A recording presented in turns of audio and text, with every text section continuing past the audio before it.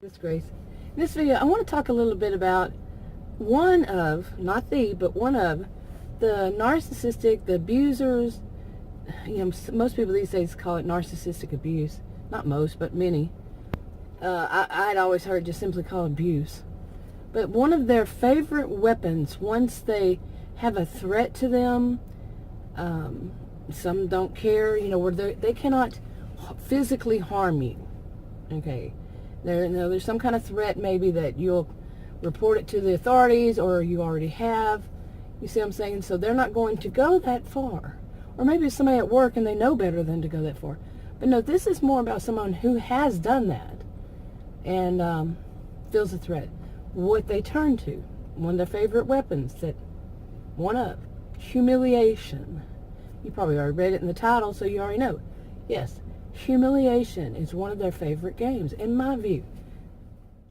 And using this, I don't think I need to give the definition of humiliation. I think many of us already know that, what it is. But they use it, in my view, to continue to have power and control over you, to continue to threaten you in some way. And before it was physically, which physical abuse is never just physical abuse, in my opinion. It'd have to be very rare. There's emotional, verbal, usually, on and on. But they want to continue to have that control over you ever feeling but you ever feeling totally safe also. From having to deal with them, really. Nobody can give you advice on what you should do. I certainly can't. One size doesn't fit all anyway. But a lot of people would say in this kind of situation, like say this person is still around you. Maybe you work with them, or maybe they're in your church or wherever. And, or maybe you're still, maybe it's your family member. Or you're still maybe a child. I don't usually talk about children, so I'm going to move on from there. But that you just can't easily get away from them.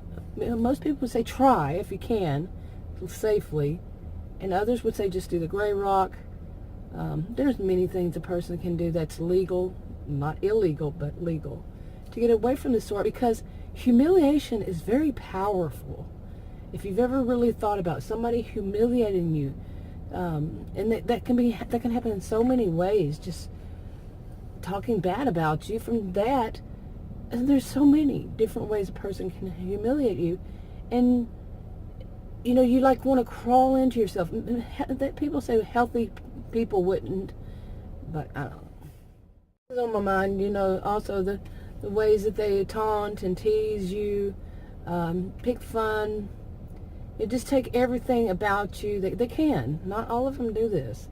The people who are narcissistic or psychopathic, cluster B, not all of them do this, but they might. So just take everything about you and just try to crumble it, try to crush it, try to, get you to where others around you, that see this, think of you as someone who's cowardly, or just think bad, whatever they decide to do, think bad about you, like, why can't you stand up to this person, or, even, is that person right? And they think that person's right.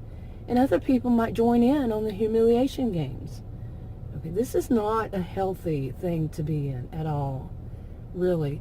Like I said, some people, because they know that they can't, without possibly a lot of trouble, to, continue to be physically violent or somehow physically abusive. They might turn to that. Okay. It's on my mind for, several reasons. And one of them is, I was thinking about, when somebody, now that's in person. I'm going to say that is in person. Of course, physically it would be in person. But I was also thinking of situations when it's not in person, it's more online. And it doesn't have to be online, it also can be, you work for a business and somebody who calls, the business might treat you this way. A customer you have to deal with. So that kind of thing was on my mind, but there's more. There's when it's online.